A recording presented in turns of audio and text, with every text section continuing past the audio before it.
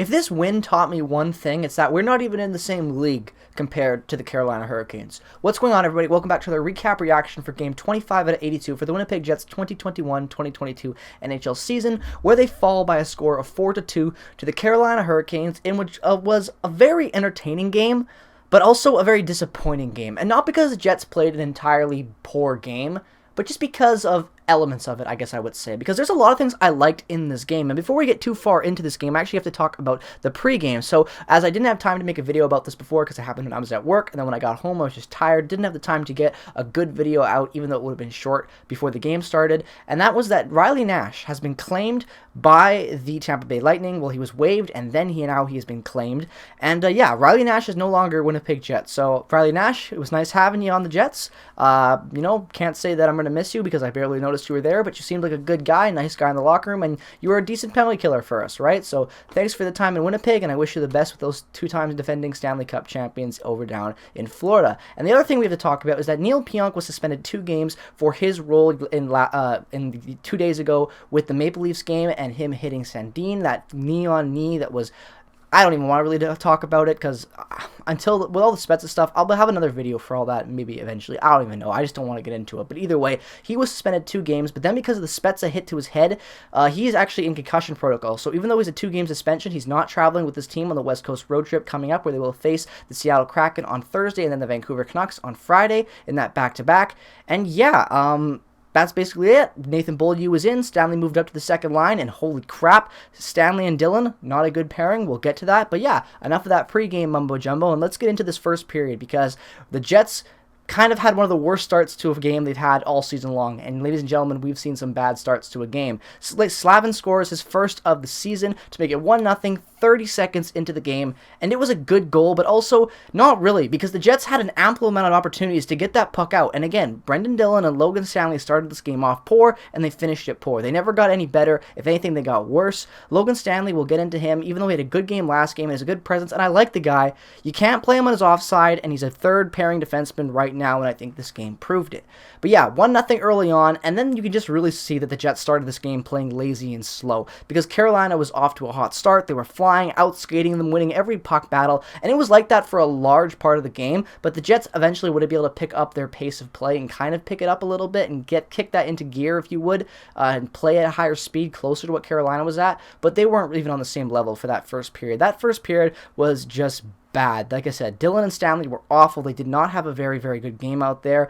And as the period progressed, they kind of got better in their forward end of things. You know, the forwards started to play a little bit okay. The shot total was abysmal, don't get me wrong. We ended up getting outshot 34-18 for the entirety of the game, and that first period was not good either. We really weren't getting a lot of shots on net, even though we were getting okay zone entries. But again, the big problem for us, we got to stop forcing passes on the zone entries. I don't know how many times I saw Ehlers Kopp come in on the wing and throw it up cross ice, trying to get it to the center or to the other winger on the other side of the ice. I don't understand why we're doing that. Carolina is a very good defensively structured team. You're not going to win puck battles like that and get passes through. Even if you're a great passer like Blake Wheeler is, you look at him tonight, every time he was on the power play, those cross-ice passes don't work against a team when your power play is that predictable and your overall play in zone entry is that predictable. So the Jets got to get a little bit better and more creative on that side of things. They were able to, like I said, kick it up as the game progressed and be able to get cleaner zone entries, but they really got to stop forcing those passes. There were a couple zone entries in that first where I was just thinking, you had no chance on getting that over.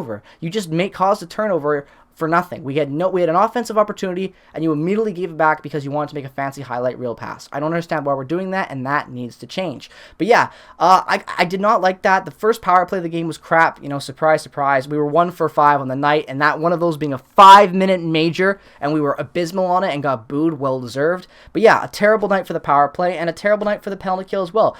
Carolina was 2 for 3 tonight on their power play. 50, it just not good at all. The only thing we actually even let in was hits, 31-25, and block shots at 20-15. That was basically it, though. Other than that, Carolina had almost double our faceoff percentage to 57-43. Not a very good game for the Jets in that area, and like I said, they weren't horrible, but it just shows how much growing the Jets need to do before they can be a level where they're a Stanley Cup competing team. They're not right now. Carolina is probably one of the best teams, if not the best team we've played in this entire season. Obviously, the Leafs are a very good team, but that wasn't their A game on a back-to-back. We already know that. It was a very grungy, gritty, fighting type of game, and it wasn't the Leafs at their highest skill set. We scored a lot of goals on them, even though we played well. There was still a Leafs on a back-to-back. This was a well-rested Hurricanes team that was hungry and outperformed the Jets in almost every area, even though they were able to get goals, make it 4-2, and it was close for a while there, being a tie game. It didn't feel like the Jets really had a chance, in my opinion. Now, like I said, there were elements of this game I liked. I'm not going to rip Blake Wheeler, Mark Scheifele, and that Kyle Connor top line, because I actually liked Blake Wheeler tonight. Like I said, I didn't like him making those passes, but that's not really on Blake Wheeler as much as it's the entire structure of that power play. Blake Wheeler's job is to do cross-ice seam passes like he used to do to Laine. It's the same thing now, getting a one to Scheifele or Connor on that trigger side.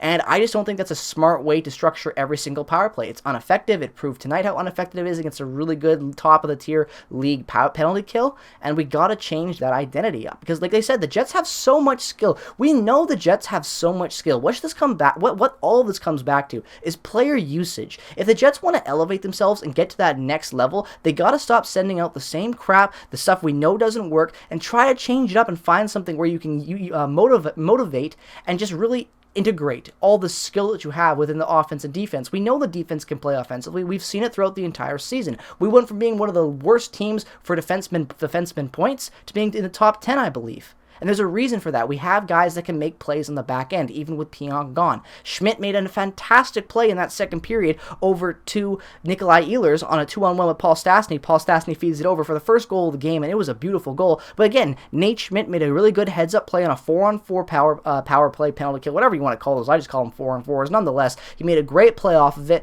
Great down, almost a cross-ice pass to Stastny in the neutral zone at the center line, and it was a great play by both those two Jets to get that goal scored, and I really liked that play. All three guys involved made good passes and the smart decisions, and that's the type of stuff the Jets need to do with their power play and penalty kill. They need to be able to use this skill properly and be a little bit more creative than sending out the same drawn-up play that has been effective when it first came out. We went to the Western Conference Final when we had Laine as a rookie and he was new and that power play was deadly, but just because you're swapping out a good goal scorer in Laine for a good goal scorer in Connor doesn't mean that teams won't figure that out as time progresses, and they have, and we got to switch that up. But I liked the second period. Like I said, after the Jets scored that goal from Ehlers, they really woke up, and they had some life. They played with a lot of life in that second period. I thought in that second period they had a chance to win this game, even though Carolina was still very dangerous, because they were playing with more oomph. They had a little bit of a jump to their step, and they looked more competitive. As the game went on, obviously, they kind of lost that, especially on that 5-on-3, not 5-on-3, excuse me, the 5-minute power play, which, again, the 5-minute power play was awarded to the Jets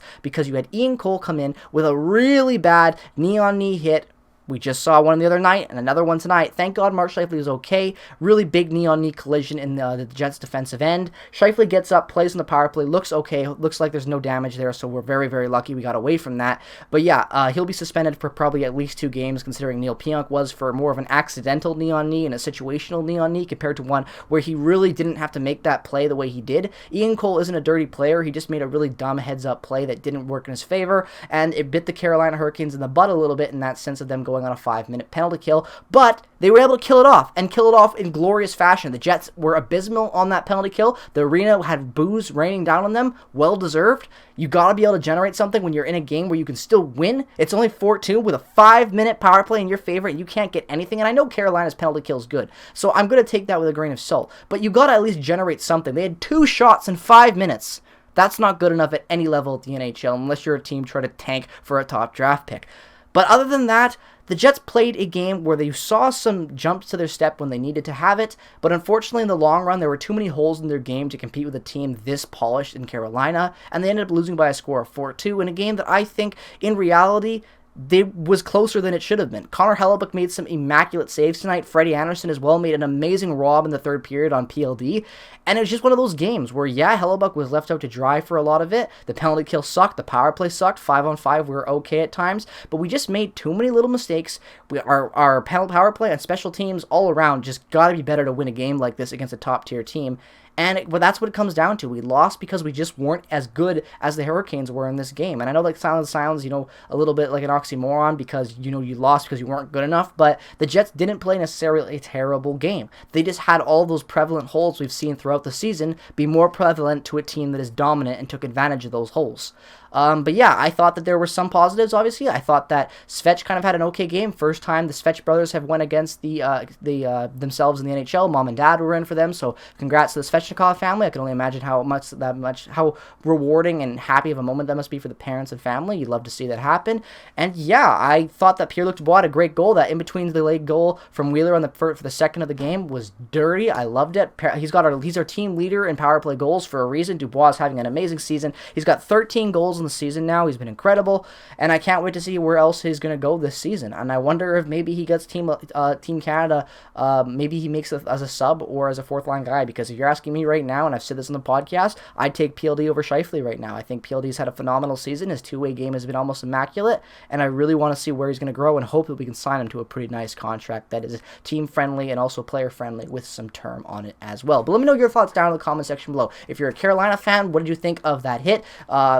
Describe your feelings about this game. Let me know your thoughts down in the comment section below. As always, subscribe regardless of the team that you root for. Have a great rest of your night. Peace, love, and positivity. Make sure to check out Twitter, the Prairie Puck Podcast on Spotify, and on the page. You can check out all the videos. They're between my channel, Nolan Hockey Podcast, and Hot Garbage Sports. All of those are down in the description. Our recent hockey episode featured Canuck Clay, and our most recent CFL episode came out with Chris Wallaby, and that was a great interview. So was Canuck Clay. Go check those out. We're going to be having some more CFL news coming on this channel very, very soon, and not what you think about covering the Grey Cup. Some exciting stuff for next season, so stay tuned for that. Subscribe, turn on the notification bell. Have a great rest of your night. Peace, love, and positivity. Go Jets, go, and bye-bye.